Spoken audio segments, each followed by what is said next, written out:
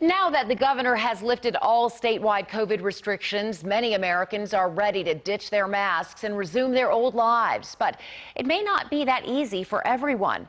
Many people simply aren't comfortable not wearing them. And the fear and anxiety surrounding the pandemic may be around a lot longer than the virus itself. It's all new at 6. It's hard to believe how much our lives could change in just a few days' time.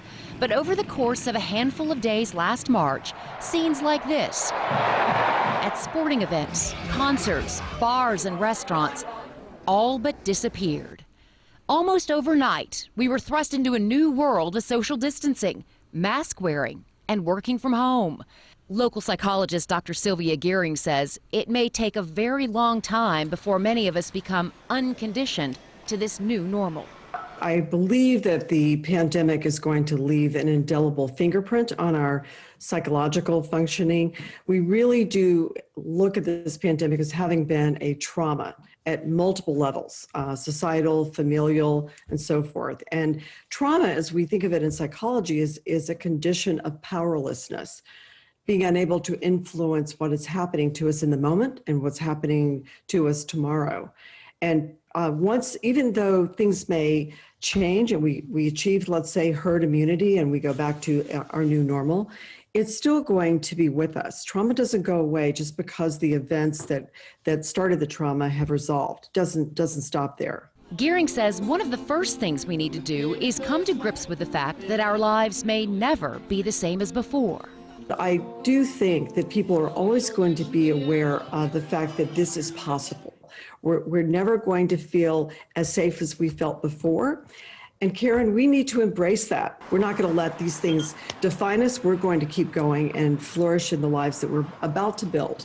She says the #1 antidote to the kind of trauma we've experienced is social connection and finding time every day to rest our minds. The mind needs to unplug, Karen. We need to unplug from the traumatic events, from all the things that are happening in our world, and give it a chance to reboot. And she reminds us that while we may disagree with other people's decisions over masking and social distancing, it's important to respect those choices and not give in to the temptation to judge or get angry. For the sake of our mental health, we need to open our eyes to the beauty that surrounds us. Our lives are filled with beautiful Texas sunsets or sunrises.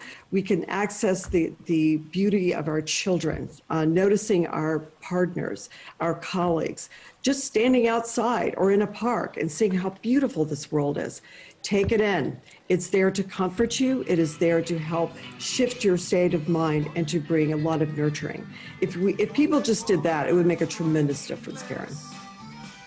When the pandemic ends, most Americans say they will continue with health precautions.